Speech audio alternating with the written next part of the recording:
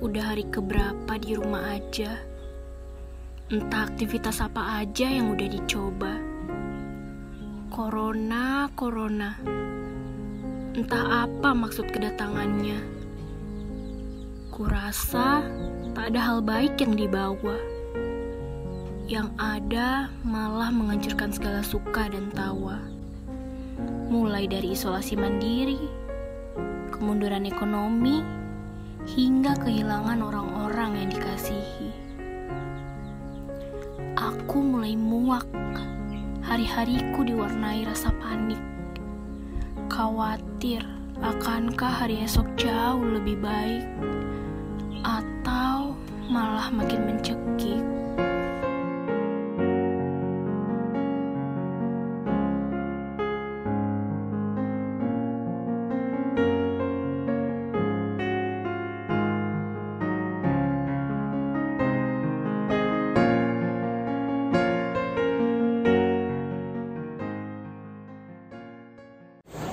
Salam Binasian, selamat Paskah. Kita telah merayakan Paskah di tempat kita masing-masing, di gereja kita masing-masing. Meskipun dengan cara yang berbeda, saya beserta keluarga merayakan di rumah, mengikuti perayaan Paskah dari gereja yang ada di Surabaya. Dan kalian tentu punya pilihan masing-masing untuk mengikuti ibadah online dari gereja masing-masing. Dan saat ini waktunya kita juga merayakan Paskah sesama Binusian melalui media online. Dan cara yang kita gunakan pun sedikit berbeda ketika kita berusaha merelevansikan, mengkaitkan antara Paskah dan kejadian yang sedang kita alami. Atau kalau kalian boleh menyebutnya dalam tema kalian boleh saja menyebutnya COVID-19 dengan Passover. Ya, apa keterkaitan antara Paskah dan COVID-19? Dan panitia dan cukup baik memakai cara berbeda dengan menggunakan cara interaktif, yaitu tanya jawab, tidak monolog seperti biasanya. Oleh karena itu, sekali lagi, melalui pertanyaan-pertanyaan yang akan diajukan oleh panitia, kita akan berusaha merefleksikan Paskah tahun ini dalam suasana yang berbeda, yaitu ketika kita sama-sama mengalami physical distancing karena COVID-19 itu. Kita mulai saja dari pertanyaan yang pertama atau pertanyaan pembuka. Silakan.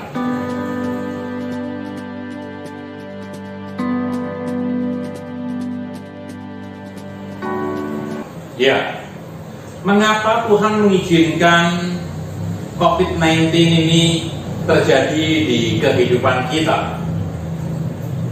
Maka kalau pertanyaan itu ditujukan kepada saya secara jujur saya akan mengatakan saya tidak tahu. Sebab siapa yang tahu isi hati Allah? Tidak ada seorang pun yang bisa menebak isi hati Allah. Namun melalui catatan sejarah yang ada di kitab suci kita berusaha mengerti sifat-sifat Allah, tindakan-tindakan Allah terhadap ciptaannya ini. Dan kita berusaha meraba pikiran Allah melalui data-data sejarah yang ada di kitab suci, melalui pengajaran yang dirumuskan oleh bapak-bapak gereja hingga saat ini.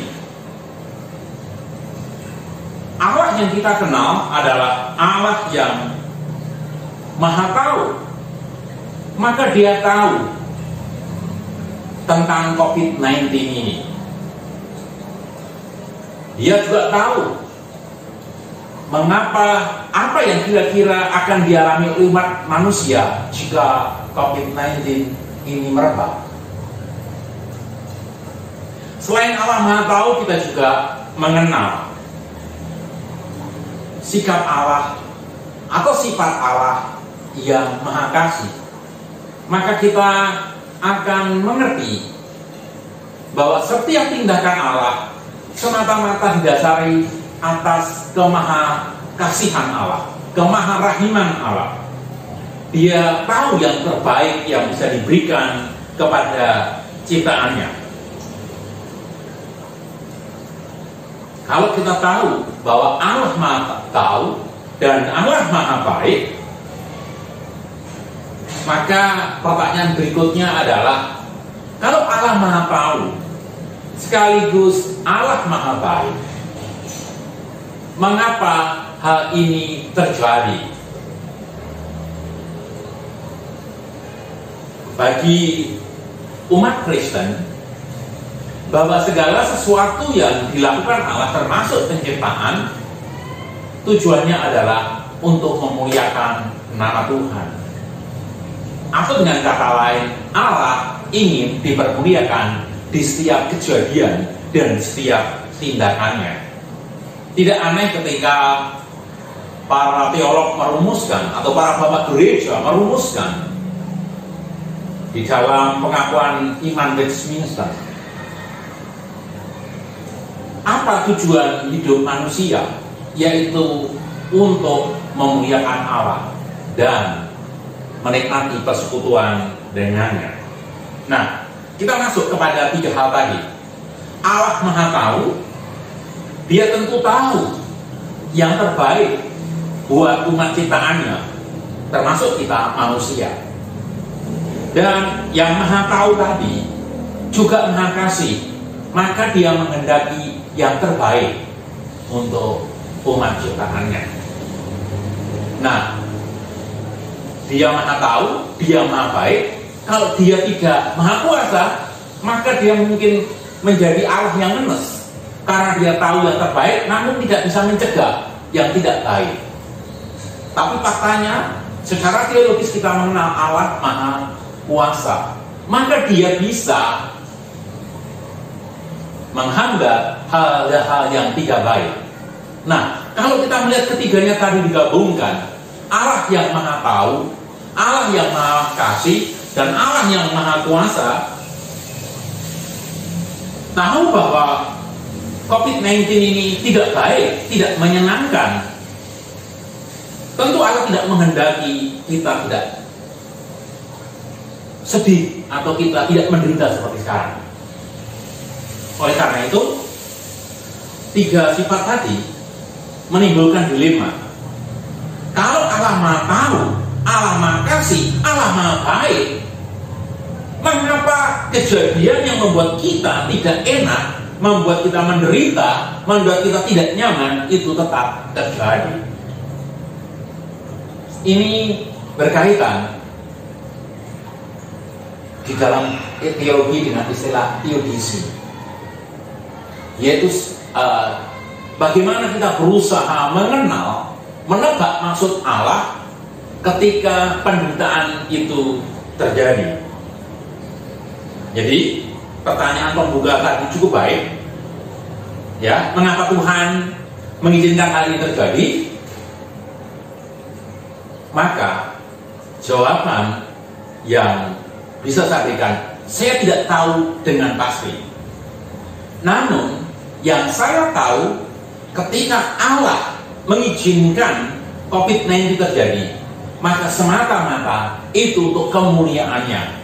Dan Allah cukup Maha Tahu, cukup mempertimbangkan hal ini terjadi, dan ini terbaik buat umat manusia, umat ciptaannya.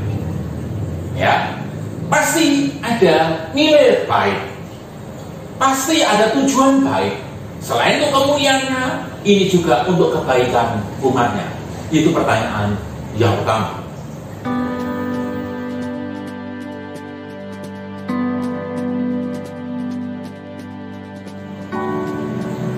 Baik, apa sisi positif dari kejadian ini, dari COVID-19 ini? Karena pada umumnya manusia cenderung melihat dari sisi negatif, cemas, khawatir, panik, dan lain sebagainya. Ya, pertanyaan kedua tadi, apa sisi positif atau apa benefit yang bisa kita ambil sehingga kita bisa mengatakan yang diambil oleh Allah, tindakan oleh Allah, atau pembiaran hal ini terjadi semata-mata kebaikan. Banyak sekali orang berusaha menafsir, namun saya minimum ada 3 yang bisa saya kemukakan buat kita pada kali ini. Yaitu yang pertama, ketika beberapa hari yang lalu saya menerima video dari kawan saya di India. Ya, video itu melukiskan ketika ada suatu mobil yang diparkir di jalan raya, dan saya melihat ada seekor burung merak yang biasanya hidup di hutan atau di kebun binatang hingga di tengah-tengah kota di atas mobil yang sedang diparkir. Ini berbicara apa? Saya tidak akan menjawab lebih dulu. Dan tidak lama kemudian saya melihat juga video yang lain ketika ada beberapa ekor harimau dan gajah turun dari hutan ke pemukiman manusia. Saat yang lain pada hari yang tidak terlalu jauh, ada kawan kita bawa mobil di tol menuju pasar Minggu, dan dia memberi komentar, seumur-umur saya di jalan tol dan melihat gunung baru pagi ini, karena begitu birunya langit Jakarta. Teman lain lagi bersaksi bahwa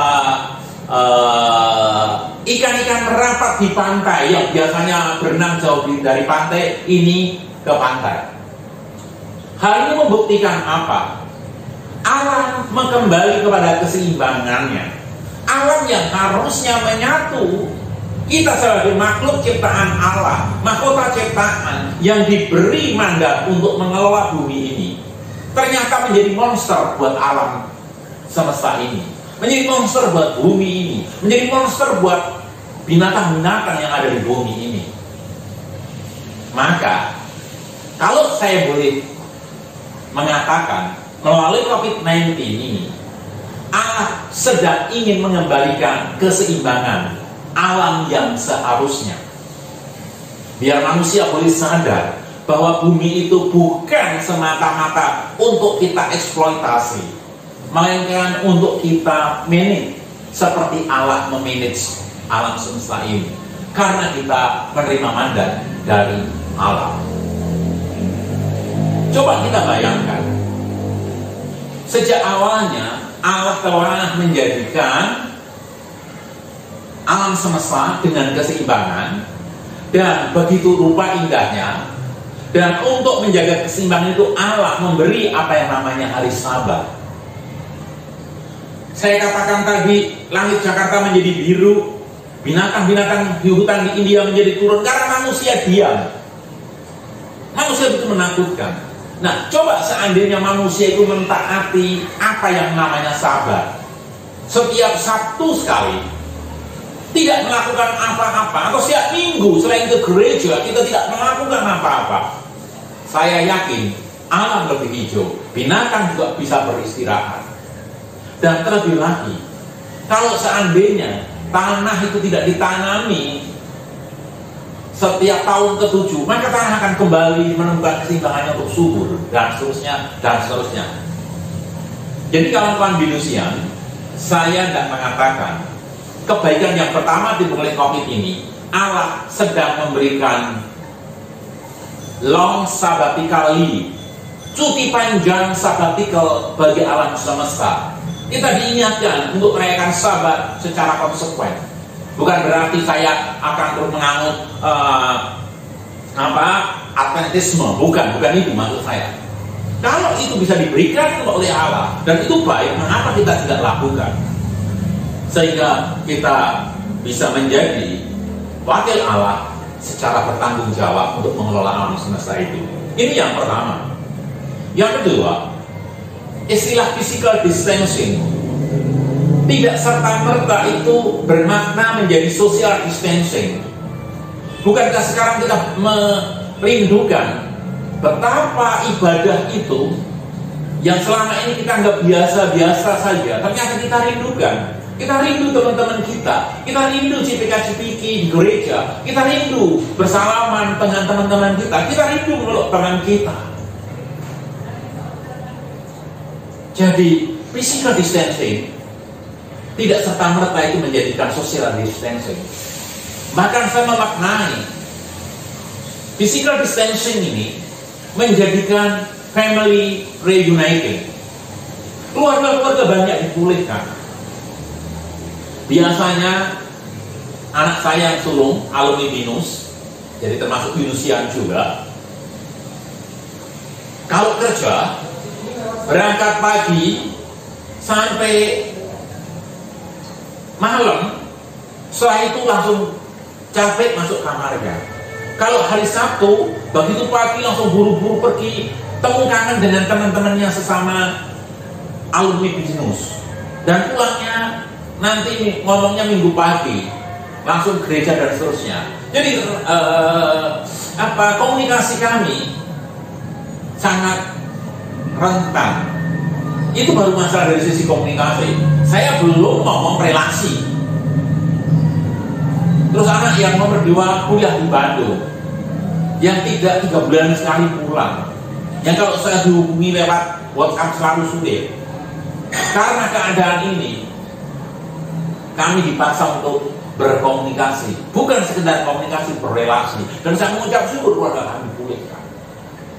Ketika saya tidur agak malam dan saya masuk kamar sekitar jam 10-11, anak saya selama ini tidak pernah bercakap-cakap intens, sekarang bercakap-cakap. Bukankah itu yang namanya family reuniting?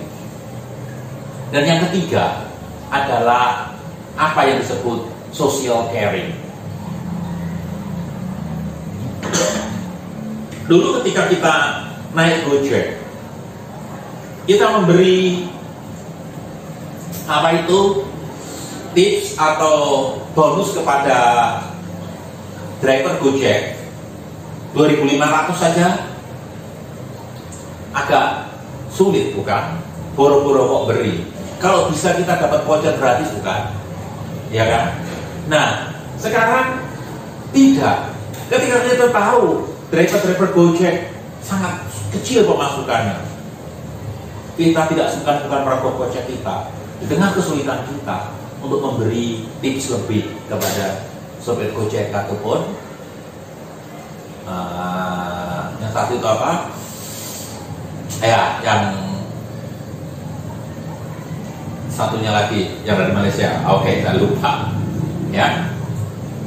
Bahkan saya mau lihat beberapa teman membuat gerakan masak lebih dan lain sebagainya yang dulu tidak muncul.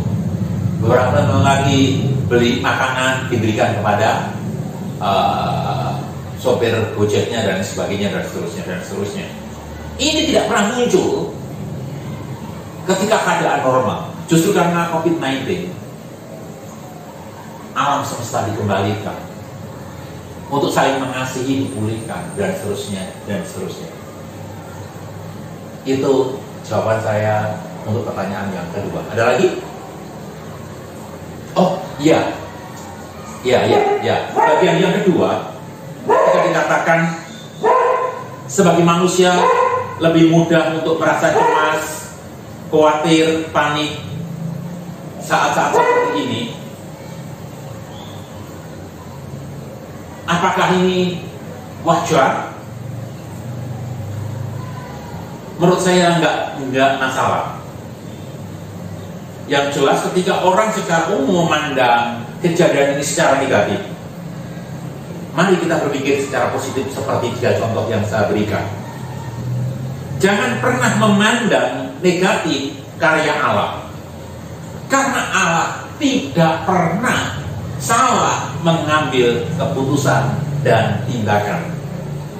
Ya, kalian ingat cerita yang dialami oleh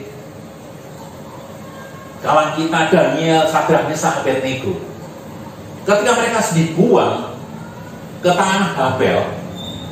Mereka tidak memandang dari sisi negatif, kenapa saya dibuang, hidup saya sudah nyaman dan seterusnya. Ya, Tetapi kalian ingat, Alkitab tidak pernah mencatat sedikit pun bahwa mereka komplain. Mereka sibuk hidup sesuai dengan rencana Allah dibandingkan mengeluh akan tindakan Allah yang kita tidak mengerti. Kalau saya boleh ngomong dalam satu quote untuk apa yang mereka alami, untuk kita bertahan di dalam situasi yang tidak nyaman, untuk istilahnya Sadrak, Meshach, Abednego dan Daniel, untuk tetap bisa bertahan di pembuangan, kita sibuk menghidupi rencana Allah tinimbang kita komplain dan mengeluh apa yang kita alami. Itu kuncinya supaya kita bisa senantiasa berpikir positif. Sebab saya sangat yakin Allah begitu mengasihi kita. Karena apa? Karena anaknya yang tunggal saja diberikan kepada kita, sehingga menemui kematiannya untuk menebus dosa kita. Apalagi yang lebih besar, karena yang terbesar pun telah diberikan. Maka Rasul Paulus di dalam Roma pasal yang ke-8 ayat yang ke-35 pernah mengatakan, siapakah yang akan memisahkan kita dari kasih Kristus? Penindasankah? Atau kesesakankah? Atau penganiayaankah? Atau kelaparankah? Atau ketelanjangankah? Atau bahaya? Atau pedang? Tidak ada. Kalau nyawa yang diberikan kepada kita, apa lagi? Oleh karena itu, mari kita seperti Daniel, Sadrak, Meshach, Abednego, Ezra, Nehemia, Zerubabel, Syaltiel, dan Hagai, ya, Ratu Esther dengan pamannya Mordekai, sibuk hidup di rencana Allah dibandingkan kita meratapi keadaan yang tidak mengenakan ini. Mohon maaf agak panjang. Silakan untuk pertanyaan berikutnya, kalau masih ada tentunya.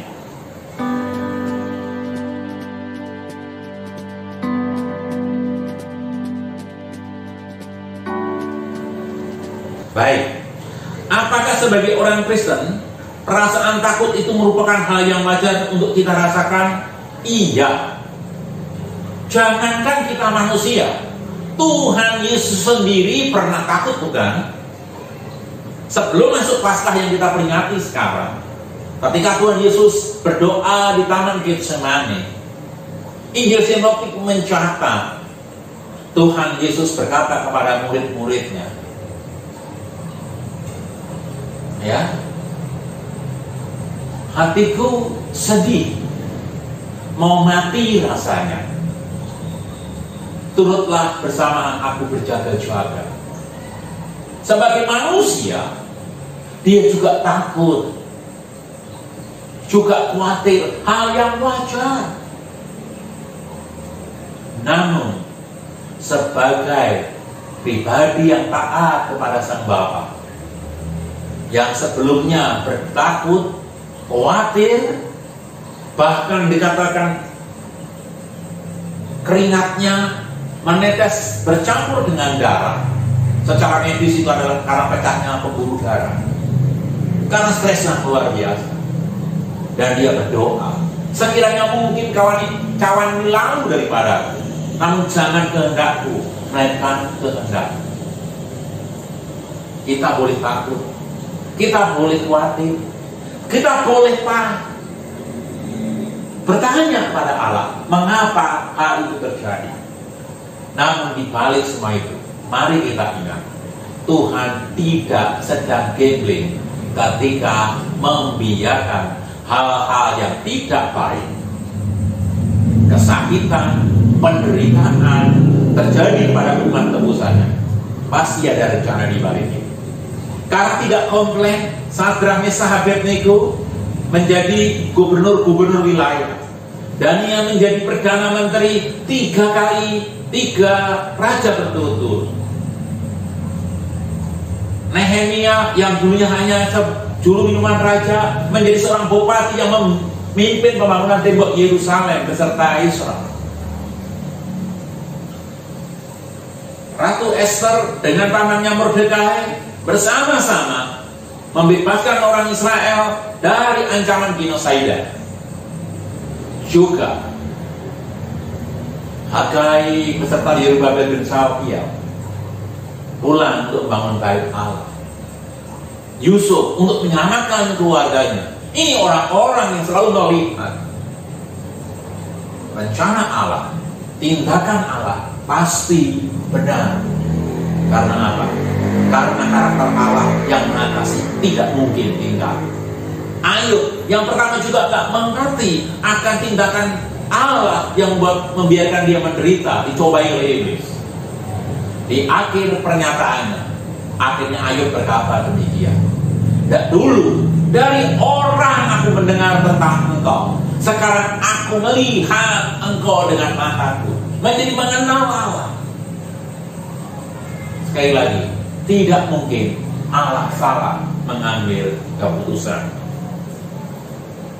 Sudah cukup panjang. Masih ada lagi? Oh, 2 lagi. Baik, silakan.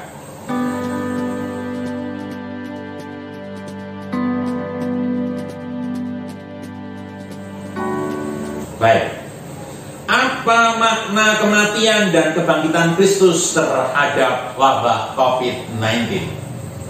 Apa korelasi antara Paskah tahun ini dengan peristiwa COVID-19?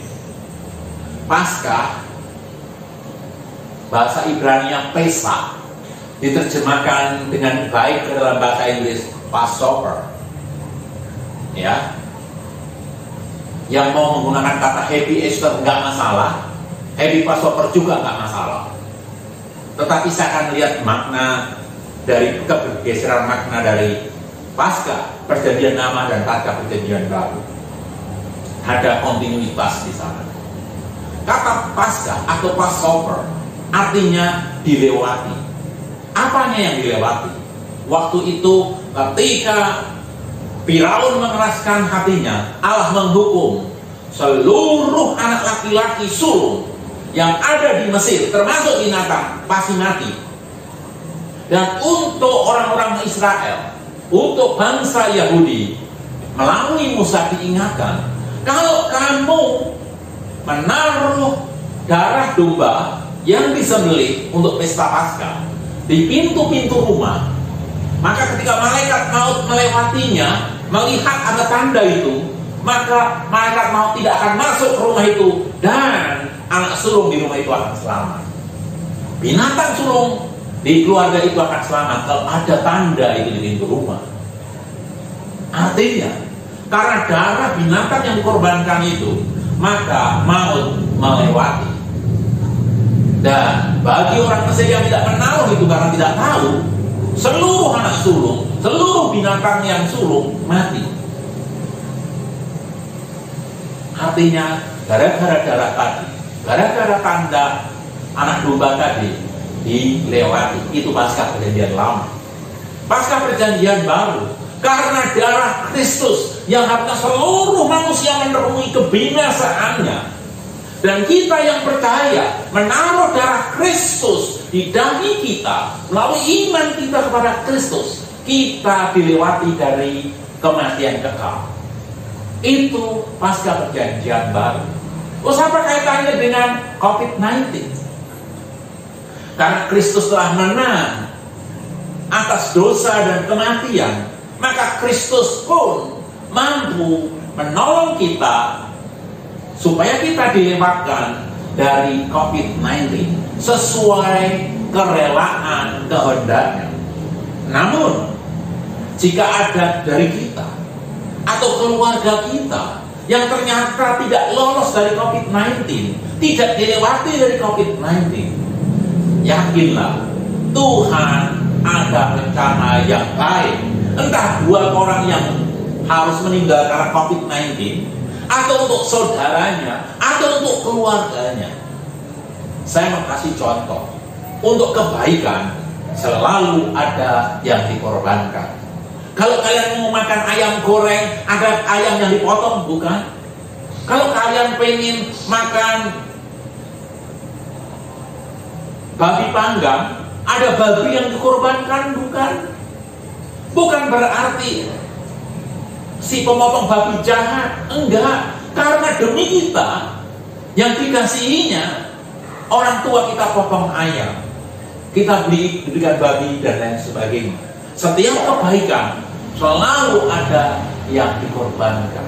Dan oleh karena kita mengucap syukur, kalau kita bisa melihat kebaikan Allah melalui COVID-19 tadi, Allah mempunyai rencana khusus jika ada keluarga kita yang harus meninggalkan COVID-19. Tetapi kalau Allah berkenan melewati kita karena darah Kristus, maka kita pun akan dilewatkan. Tidak terlalu penting, tetapi yang terpenting bagi kita bagaimana kita hidup di dalam rencana Allah. Ya, karena tadi kalian mengatakan 2, satu lagi, silakan.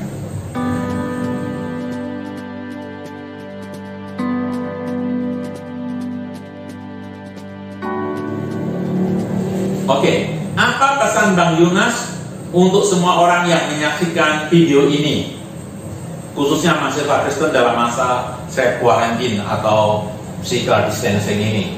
Kalau mesen mah, Bang Yunas maunya mesen babi panggang.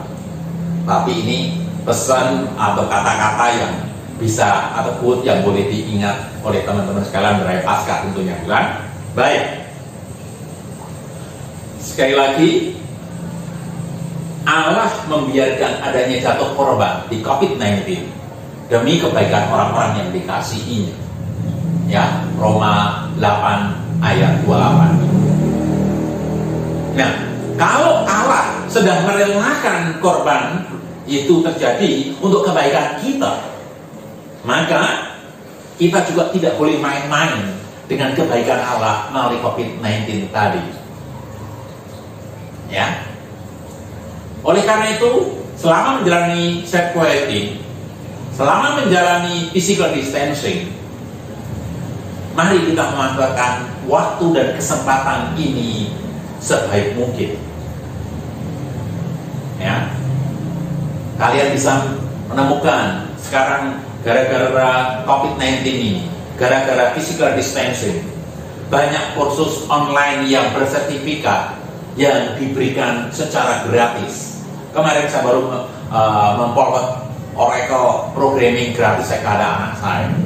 Artinya sewaktu itu harus membayar uang jutaan untuk boleh sertifikat, sekarang gratis. Ini kesempatan buat kamu yang dulunya kamu banyak distraction untuk keluar oleh teman-temanmu. Sekarang kalian punya waktu, punya uang yang tidak perlu bayar uang untuk membayar. Gunakan untuk mengikuti online training yang gratis dan bermanfaat, dibandingkan kalian menghabiskan waktu kalian dan menyesali kenapa nggak boleh keluar rumah.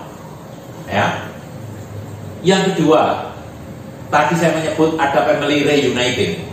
Oleh karena itu, gunakan waktu yang ada untuk ngomong, untuk berbicara, untuk komunikasi, untuk berrelasi dengan papa mama, dengan kakak adik kita, dengan sepupu kita lewat WhatsApp atau lain sebagainya. Gunakan sebaik mungkin, karena nanti kalau keadaan kembali normal, kalian sudah distracted dengan kesibukan kalian. Gunakan sebaik mungkin. Jangan menyesal, sampai menyesal nanti kesempatan ini lewat, COVID-19 itu lewat, kalian baru kenapa nggak gunakan waktu sebaik mungkin. Rasul Paulus pernah menulis kepada jemaat di Efesus, be imitator of God, Efesus 5:1. Jadilah penurut Allah seperti anak-anak kekasih, dan menjadi imitator Allah. Salah satunya adalah gunakan waktu yang ada, karena waktu-waktu adalah jahat. Kalau terjemahan aslinya, gunakan kairos yang ada, sebab hemera adalah jahat. Gunakan kesempatan yang ada. Nah, kesempatan yang ada sekarang saat social distancing, bisa nyari training yang gratis, family reuniting, relasi diperbaiki. Inilah waktunya. Sehingga ketika Allah memberikan Paskah yang istimewa dengan peristiwa COVID-19 ini, COVID-19 and Passover tahun ini, kita bisa nge-grab rencana Allah di dalam hidup kita. Dengan demikian, Paskah tahun yang akan datang, kalian akan teringat bahwa Paskah tahun ini kita merayakannya dengan cara berbeda untuk memperoleh makna yang berbeda. Saya mengucap syukur ketika melalui ibadah di rumah, kami lebih mempersiapkan diri. Kami tahu maknanya, mahalnya bersekutu. Dan ada satu memes yang sangat baik. Ketika iblis berkata kepada Tuhan Yesus, "You see, by COVID-19, I destroy your church." Kata Tuhan Yesus, No. You are not destroy my church, but we build home church everywhere. Dan itu nyata. Dari agama-agama yang ada, orang Kristen yang secara gagap dipaksa oleh Allah untuk memaknai ibadah secara baru. Dan kalau seandainya ada satu masa orang tak boleh ibadah, orang Kristen tidak siap untuk ibadah di rumah. Saya berharap melalui jawaban-jawaban saya, kalian boleh merenungkannya, boleh memaknainya, sehingga Paskah tanpa khotbah kali ini boleh kita tangkap dengan baik. Kalau masih ada pertanyaan, kalian tanya ke panitia, BA saya terbuka untuk kalian, untuk menjawab pergumulan iman kalian, sharing-sharing kalian, atau mungkin pergumulan doa yang perlu Tuhan. Tuhan Yesus memberkati. Selamat Paskah Venusian. Kitanya Paskah tahun ini yang kita rayakan secara berbeda, kita memperoleh makna yang sangat berharga. Tuhan Yesus berkati. Bye-bye.